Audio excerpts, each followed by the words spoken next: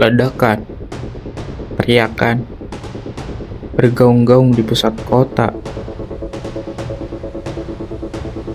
Orang-orang dengan berbagai ekspresi berlalu lalang di jalanan.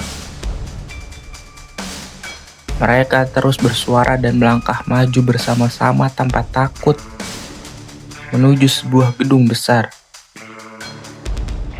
Aku dengan bus kota berada di belakang mereka, mencoba melewatinya dengan kecepatan rendah. Perasaan takut dan khawatir sudah merasuk ke setiap penumpang. Di sampingku, seorang wanita yang sudah berumur memangku anak laki-lakinya. Ia dengan senyuman buatannya mencoba menjawab pertanyaan anaknya yang polos. "Tenang ya nak, ini tidak terjadi apa-apa kok," ucap wanita itu yang sedang mendekap anaknya dengan lembut hingga tertidur lelap.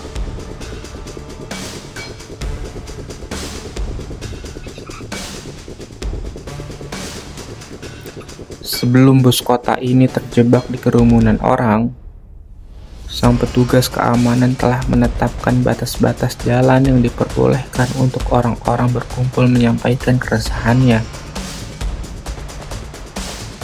Dan jalan yang menjadi tujuan bus kota masih normal, dan kendaraan-kendaraan yang melaju cepat.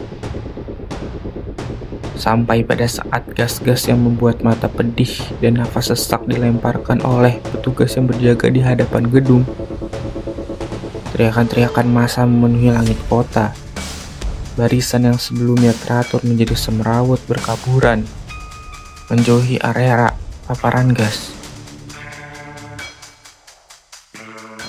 Bis kota menjadi tertahan tak bergerak.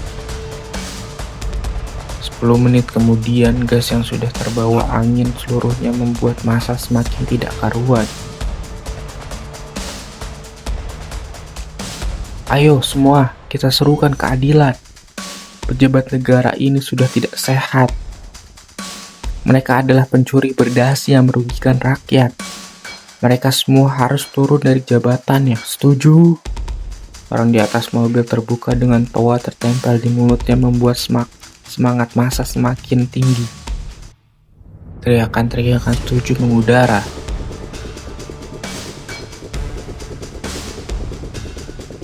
"Pak, kita tidak bisa melanjutkan perjalanan ke depan. Massa semakin banyak dan intensitasnya semakin tinggi. Kita harus putar balik, Pak." Aku mendekati supir sambil melihat di luar jendela. "Kau benar, tapi kita sudah terjebak tidak bisa bergerak. Kalau mau, kau bisa turun dari sini dan mencari tempat aman." Supir mengelap keringat yang membasahi kepalanya.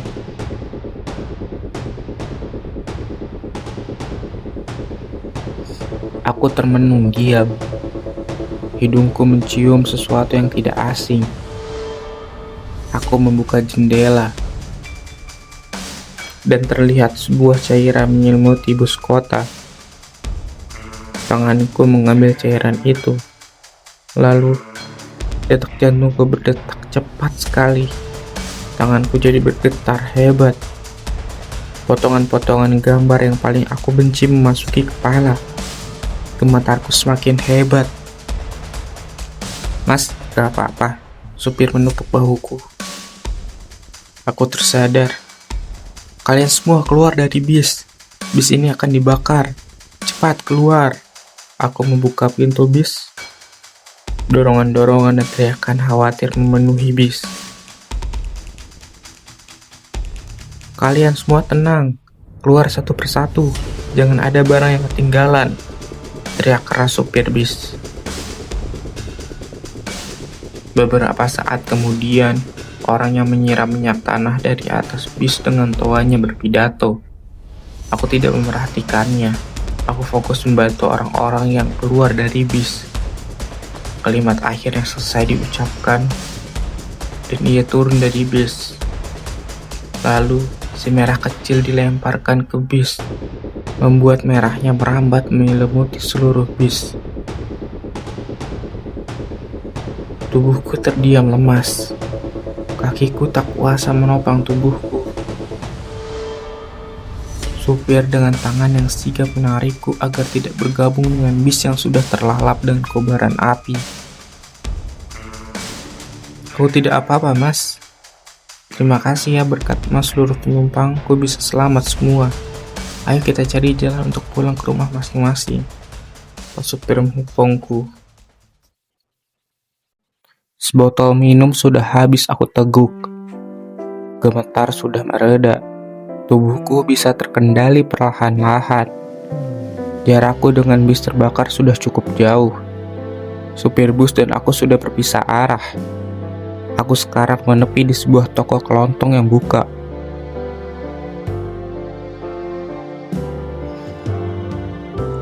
Aku tidak bertanya-tanya mengapa ia buka di saat keributan ini, tetapi makanan dan minumannya menyelamatkanku. Terlihat oleh mataku orang-orang berlari-larian ke sana kemari menyuarakan kekesalannya.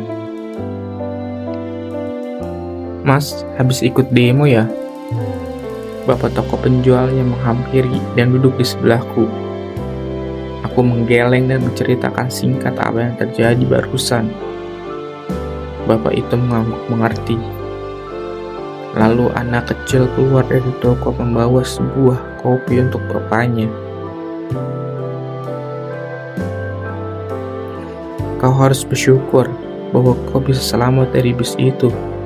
Kau tidak boleh dendam terhadap orang yang membakar bis itu. Mereka hanyalah mengekspresikan kemarahannya saja, agar orang-orang berdasi yang ada di gedung besar itu mengerti keinginannya. Memang caranya salah, sangat salah. Tapi apabila rakyat sudah bungkam dan acuh akan kesalahan pemimpinnya, maka itu lebih salah dari apapun. Dan yang akan menderita bukan hanya kau, tapi seluruh rakyat akan menderita sepenuhnya." Bapak itu menjelaskan setelah menyeruput perlahan kopinya yang masih panas. Aku menoleh bapak itu dengan menyerahkan uang untuk membeli secangkir kopi. Anaknya mendengar perintah bapaknya dan melakukan apa yang diperintahkan. Dengan cepat, hingga beberapa menit aku sudah menyeruput kopi pesananku. Tapi mengapa pejabat itu mencuri uang rakyat, padahal mereka sudah mendapat upah yang tinggi dan hidup nyaman sekali? Wajah bingungku membersamai pertanyaan yang dilontarkan. Bapak itu menatap jalanan, lalu menatapku dengan lamat-lamat. Manusia diberikan oleh Tuhan tidak hanya akal dan hati, tetapi nafsu juga menyertainya. Apabila kita tidak mampu mengendalikan nafsu dengan akal dan hati nurani kita, maka apapun yang salah akan dianggap benar. Menjadi pejabat memerlukan tujuan yang kuat dan hati yang tegar, sebab kesempatan dan bisikan-bisikan berbuat jahat yang bersih sangat keras terdengar. Kita sebagai rakyat tidak boleh bodoh akan apapun.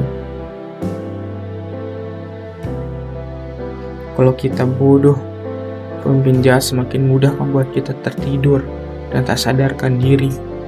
Kau harus saling mengingatkan dan membantu antar sesama, sebab kita adalah makhluk yang saling membutuhkan.